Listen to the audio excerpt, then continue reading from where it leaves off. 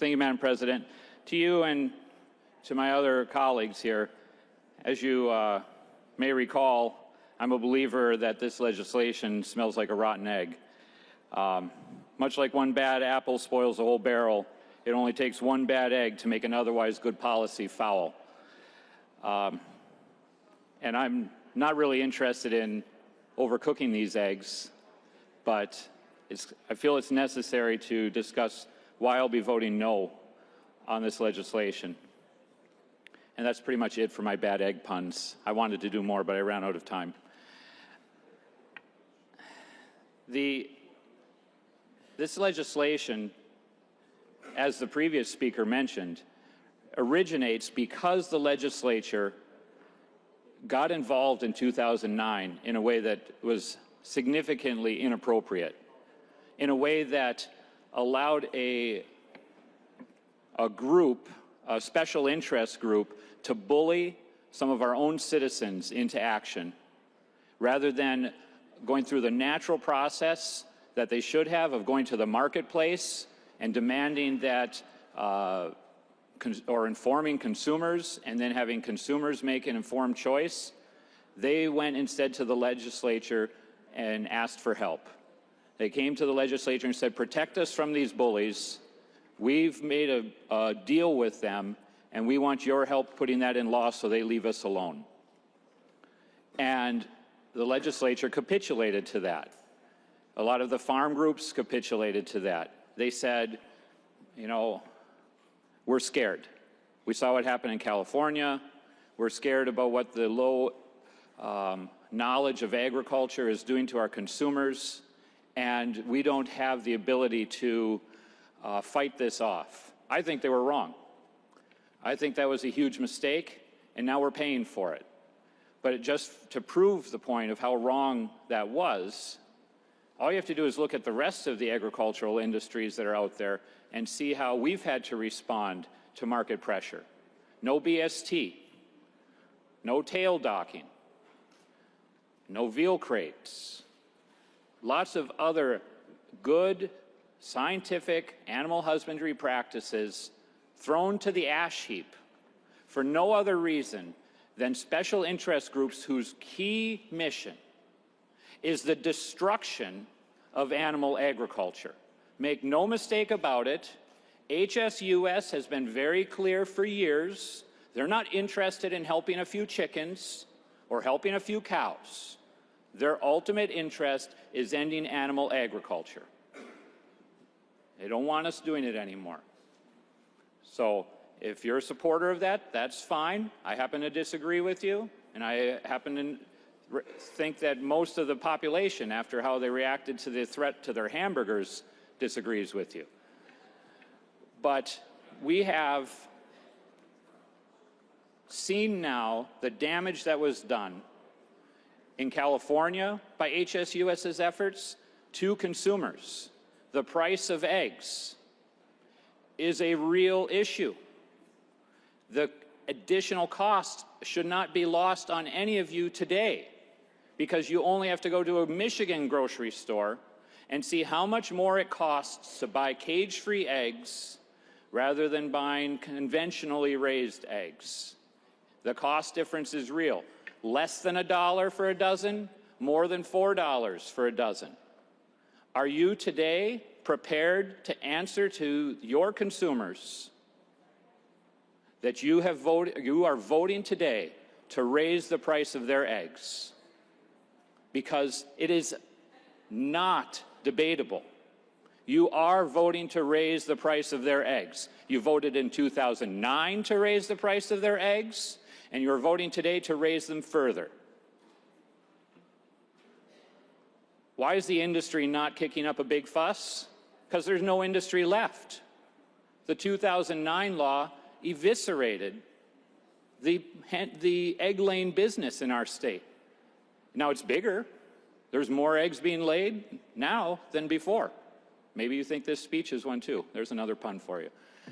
But 7 egg producers with millions and millions of chickens, and I don't care, they want to have 100 million chickens knock themselves out. I don't care about the size of the operation. But to allow that industry to constrict and consolidate to 7 players at the expense of the families that used to be involved, and to continue to promote the entry into that business in a more and more expensive way is unjust, is unfair to our citizens, and is unfair to competition, which is another vote for increasing prices. On top of that, within this legislation, those 7 producers, that monopoly, has made sure for themselves to excuse themselves from following the very regulations they're asking you to vote today when they're selling eggs that are no longer in the shells. Does that make any sense? Why should they get a free pass when the eggs are in a bag instead of in a carton? It's unjust. It's unfair. It's wrong. Then they ask for a carve-out to make sure that nobody from other states can send their eggs here unless they too have spent the added expense. Now, makes sense. I would love to pass legislation here that forces Michigan consumers to only buy milk from Michigan farms. That would be awesome for me. Okay? Wouldn't it be great for Ford Motor Company to get us to pass a law that says the only cars you can buy in this state have to have a blue oval emblem on the front of them? Boy, that would be really great for Michigan, wouldn't it? Or maybe you'd rather it was a GMC on the front, whatever it is. This is what we are talking about today. This is what you are posed with voting with on an otherwise good bill package. The end of this bill, the last 10 pages or so, is the poison pill. It is the bad egg. As I detailed to you yesterday, Interstate Commerce Clause violation is clear, not to mention just the overall bad economic policy, as I previously stated. And so often when we discuss policy here and we are confronted with this, we create artificial deadlines all the time. You know that. We're always creating artificial deadlines here. Those deadlines then we hold up to everybody and say, we got to do it by this date or something else is going to happen bad. So hurry up, help me out. You don't have time to think about an alternative. Don't have time to bring a sub in. Don't have time to amend this. Don't have time to have different talks. We already had talks. We already had the group together. We've met for a couple of years. We had agreements. You're violating our agreements. Boy, you're throwing a monkey wrench into the whole thing. That's the usual practice around here. This is no different. Those are all artificial constructs. We have to recognize that we can't vote for bad policy just because some group says, well, we agreed to it. The truth is, they agreed to the bad policy in 2009. That policy, as the previous speaker mentioned, means they're supposed to do something by next year that their industry now says isn't even good enough anyway, so they've got to further change that by 2025. We're putting the industry standard into law by 2025. And just for the comfort of those who are worried about, extending the previous practice that was outlawed in 2009 for next year, everybody's already changed. There's nobody using those battery cages to any real extent anymore anyway. They were already adopted. They just need more time now to adapt to the 2025 standard. We don't need to put this in law. By repealing the 2009 Act, as I suggested yesterday, we would allow the industry to police itself, and they're already all members of that industry. They'd have nowhere else to go. So this remains flagrantly unnecessary law. It's unnecessary for us to do this, and it's a bad precedent to set going forward in the future. We continue in the agriculture world to be very deferential people. And so dairy farmers come along, a beef producer comes along and says, here's what my industry needs. But somebody from another industry comes to me, poultry, eggs, ducks, whatever you want to talk about. I don't know much about those things. And so it's very easy within the ag community to say, whatever your guys need, fine, we can get there as long as you're there for me when I need you. And so this sense that somehow, well, the ag community is for this, so therefore it's okay because I want to support my farmers, this is merely the present circumstance that agriculture finds itself in nationwide of being so small in numbers nowadays that we can't make for ourselves a lot of headway without the support of other groups. And so we labor hard then to get along, to work together, to try to watch out for each other's best interests, and to try to not be argumentative, especially publicly. But yet, these folks who have made this bad deal and those who are willing to go along with it are unwilling to acknowledge that the devil will come back for the rest of us. He's not going to just walk away and say, I got the chickens, I'm all set now. It'll be the cows, it'll be the ducks, it'll be the rest of agriculture, because their ultimate goal continues to be to eliminate animal agriculture. So what are you getting a chance to do today? Getting a chance to vote on some good policy changes regarding the Animal Industry Act, things that are mostly already being done by law because of executive orders and things like that. It's not a bad bill until you get to those last 10 pages.